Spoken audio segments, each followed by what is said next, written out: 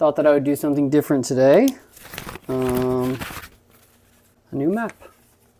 Start over here in Orkshire, and this is where Nala is from. They go south. This is actually an unmarked area on the map called Blue Birch or Woad Hollow.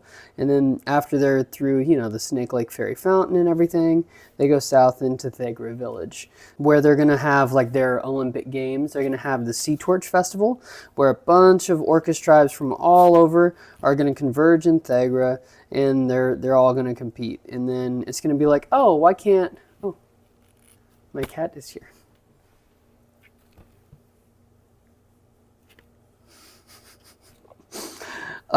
So what they're going to do in Thegra is they're going to have a games, and it's going to be like, oh, why can't we just all chill out and be happy, and we don't have to go, you know, maybe the humans are okay. And then when the Mogla specifically come up, that's shown to be a bad idea. South of there is the nation of Ugrath, which is a reference to Tigana. Nation of Jur, with Gondajur as their capital. They're also going to have a tribe come to compete, and they're going to be, so like this is actually a nation ruled by giants, and we're going to meet our first elves of this world, and my elves are a little bit different. I'll talk about that in another video. The giants don't walk because they're literally living mountains, but they do send some gifts and things like that.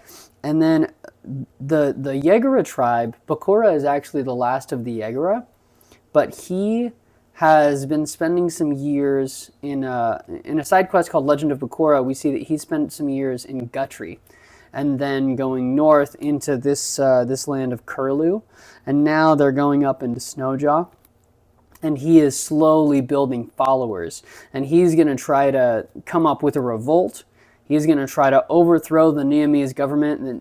The humans in Neam are trying to eliminate all the orcs, and Bakura is the one behind that revolt to try to make the very first Orcish empire. People are treating him like he's the king. He's not going to be the king. He's like a messiah figure.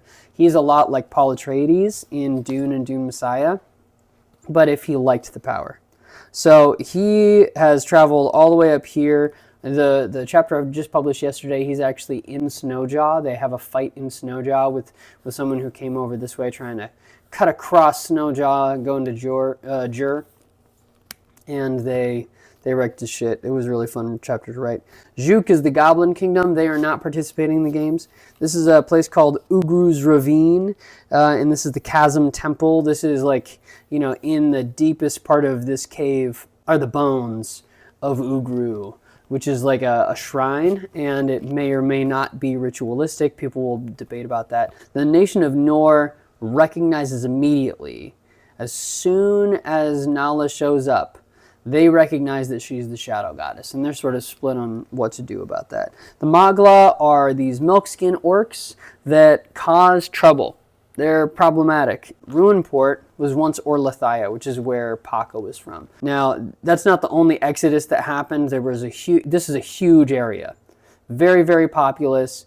It was once one of the metropolitan areas of the continent, right? So Paca and his family, they crossed this bridge that is no longer there to go up to Orkshire, but there are a lot of people who have actually come down to this country called Sebulur. Basically, Port Large has taken all of the business that used to go to Ruinport.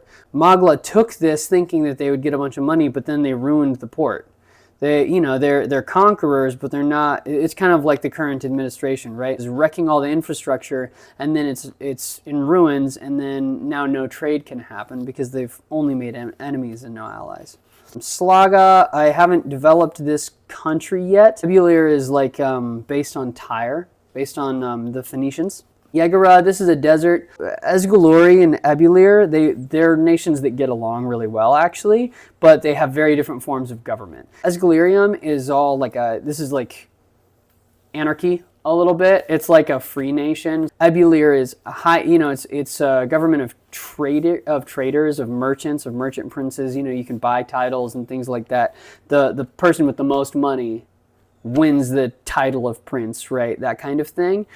But they get along. They do a lot of trade, which is why they share this island. This is called Treaty Island, which I thought was really cool. Gamgor Island, Like I said, Purple Clam Point, I'm super stoked about that one. And then here we have Magmakin Isle. So this is like Hawaii.